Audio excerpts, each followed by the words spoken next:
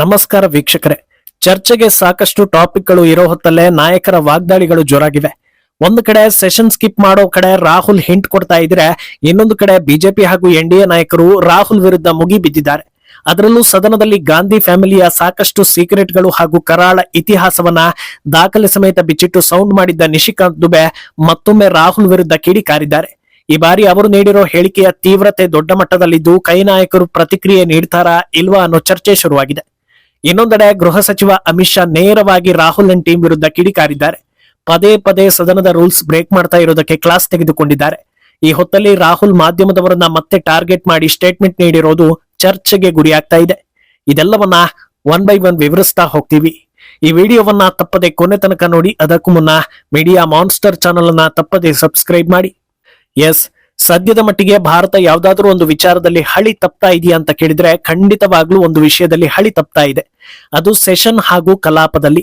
1 ಗಂಟೆ ಕಲಾಪ ನಡೆಸೋದಕ್ಕೆ ಇಂತಿಷ್ಟು ಕೋಟಿ ಖರ್ಚಾಗುತ್ತೆ ಅನ್ನೋದನ್ನ ಖುದ್ದು ಸ್ಪೀಕರ್ ಹೇಳ್ತಾ ಇರುವಾಗ ಜನರ ದುಡ್ಡನ್ನ ಪೋಲು ಮಾಡಬಾರದು ಅನ್ನೋ ಕಾಮನ್ ಸೆನ್ಸ್ ಎಲ್ಲಾ ಪಕ್ಷಗಳ ನಾಯಕರಲ್ಲೇ ಇರಬೇಕು.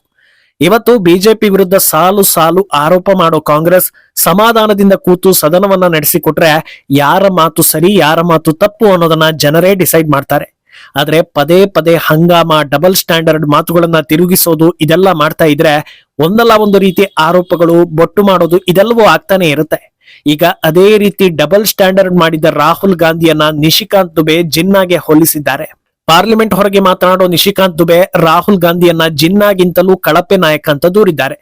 ಜಾರ್ಖಂಡ್ ವಿಚಾರದ ಬಗ್ಗೆ ಮಾತನಾಡುವಾಗ ಈ ಮಾತನ್ನ ಹೇಳೋ ದುಬೆ, ಕಾಂಗ್ರೆಸ್ ಜಾರ್ಖಂಡ್ ವಿದ್ಯಾರ್ಥಿಗಳಿಗೆ ಬೆಂಬಲ ಕೊಡಬೇಕಿತ್ತು, ವಿದ್ಯಾರ್ಥಿಗಳ ಪರವಾಗಿ ನಾವಿದ್ದೀವಿ ಅಂತ ಹೇಳೋದಕ್ಕೆ ಸೊರೆನ್ ಸರ್ಕಾರಕ್ಕೆ ನೀಡಿರೋ ಬೆಂಬಲವನ್ನ ವಾಪಸ್ ಪಡೆದು ಬುದ್ಧಿಯನ್ನ ಕಲಿಸ್ಬೇಕಿತ್ತು.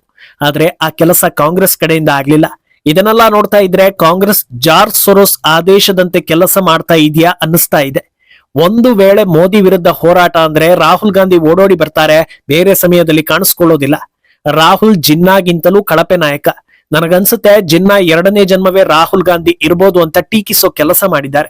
ಇಂಟ್ರೆಸ್ಟಿಂಗ್ ವಿಷಯ ಏನಂದ್ರೆ, ಈ ಹೇಳಿಕೆ ಮೂಲಕ ಕಾಂಗ್ರೆಸ್ ಅನ್ನ ಕಟ್ಟಿ ಹಾಕುವ ಕೆಲಸ ದುಬೆ ಕಡೆಯಿಂದ ಆಗಿದೆ.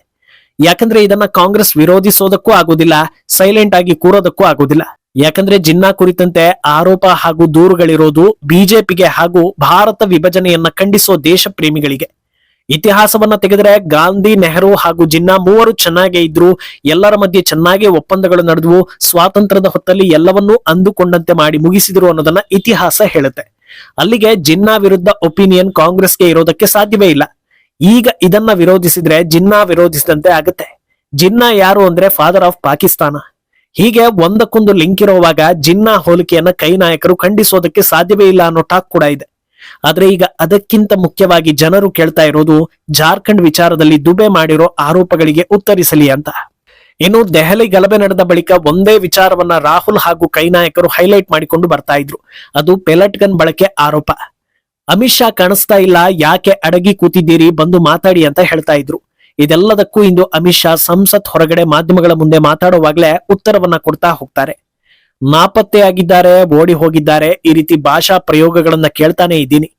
ಈ ಬಾರಿಯ ಸೆಷನ್ ಶುರುವಾದಾಗಿನಿಂದಲೂ ನಾನು ಸಂಸತ್ ಭವನಕ್ಕೆ ಬರ್ತಾನೆ ಇದ್ದೀನಿ, ನನ್ನ ಕಚೇರಿಯಲ್ಲಿ ಕೆಲಸ ಮಾಡ್ತಾನೆ ಇದ್ದೀನಿ. ಯಾಕೆ ಸಂಸತ್ ಒಳಗೆ ಬರ್ಲಿಲ್ಲ ಅಂದ್ರೆ ಅಲ್ಲಿ ಆರೋಗ್ಯಕರ ಚರ್ಚೆ ನಡೆದರೆ ಭಾಗಿಯಾಗ್ಬೋದು.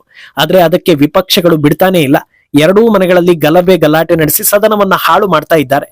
ಹೀಗಿರುವಾಗ ಅಲ್ಲಿ ಬಂದು ಏನ್ ಪ್ರಯೋಜನ?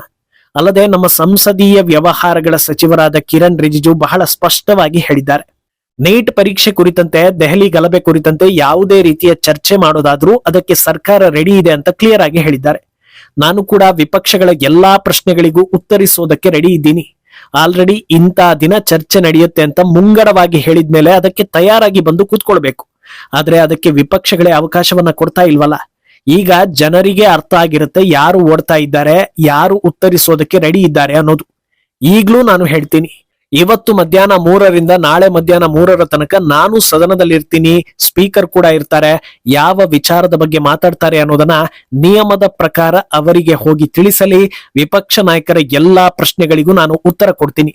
ಮುಚ್ಚಿಟ್ಟುಕೊಳ್ಳುವಂತ ಯಾವುದೇ ವಿಚಾರ ಸರ್ಕಾರದ ಬಳಿ ಇಲ್ಲ ಅನ್ನೋದನ್ನ ಸ್ಪಷ್ಟವಾಗಿ ಹೇಳ್ತಾರೆ. ಹಾಗೆ ಮುಂದುವರೆದು, ವಿಪಕ್ಷಗಳು ಯಾಕೆ ಚರ್ಚೆ ಬೇಡ ಅಂತಿದ್ದೀರಿ ಅನ್ನೋದನ್ನು ಕೂಡ ಚರ್ಚೆ ಮಾಡೋಣ. ಮೋದಿ ನೇತೃತ್ವದ ಬಿಜೆಪಿ ಅಥವಾ ಎನ್ಡಿಎ ಸರ್ಕಾರ ಎಲ್ಲಾ ರೀತಿಯ ಚರ್ಚೆಗಳಿಗೂ ತಯಾರಿದೆ. ಮಾಧ್ಯಮದ ಮೂಲಕ ನಾನು ಇನ್ನೂ ಸ್ಪಷ್ಟವಾಗಿ ತಿಳಿಸ್ತೀನಿ. ಸಂಸತ್ ನಿಯಮಗಳ ಪ್ರಕಾರ ಲೆಟರ್ ಬರೆದು ಸ್ಪೀಕರ್ಗೆ ಕೊಡಿ, ಎಲ್ಲದಕ್ಕೂ ನಾನು ಉತ್ತರ ಕೊಡ್ತೀನಿ. ಅದನ್ನ ಬಿಟ್ಟು ಹೇಳಿಕೆ ನೀಡಿ ಸ್ಟೇಟ್ಮೆಂಟ್ ಕೊಡಿ ಅಂತ ಹೇಳ್ಬೇಡಿ. ಇಷ್ಟು ಗಂಭೀರ ವಿಚಾರದ ಬಗ್ಗೆ ಒಂದು ಸ್ಟೇಟ್ಮೆಂಟ್ ಕೊಟ್ರೆ ಸಾಕಾಗೋದಿಲ್ಲ. ನಿಮ್ಮ ಪದ್ಧತಿಯಲ್ಲಿ ಇದೆಲ್ಲ ನಡೆಯುತ್ತೇನೋ, ಆದ್ರೆ ಸಂಸತ್ ಪದ್ಧತಿಯಲ್ಲಿ ಇಂಥದಕ್ಕೆಲ್ಲ ಅವಕಾಶ ಇಲ್ಲ.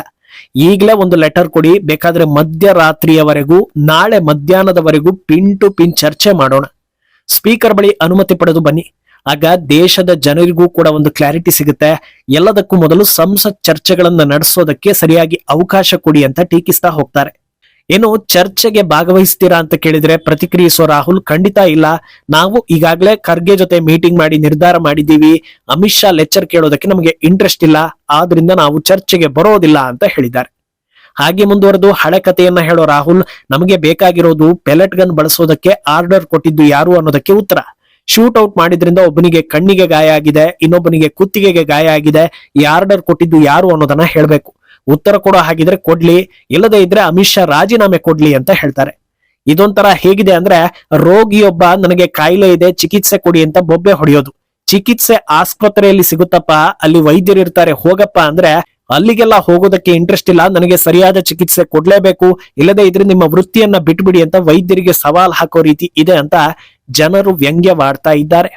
ಇಷ್ಟಾದ್ಮೇಲೆ ಮಾಧ್ಯಮದವರು ಉತ್ತರ ಕೊಡೋದಕ್ಕೆ ಚರ್ಚೆಗೆ ಕರೀತಾ ಇದ್ದಾರಲ್ವಾ ಅಂತ ಕೇಳೋ ಹೊತ್ತಲ್ಲಿ ಮಾಧ್ಯಮದವರ ವಿರುದ್ಧವೇ ರಾಹುಲ್ ರೊಚ್ಚಿಗೇಳ್ತಾರೆ.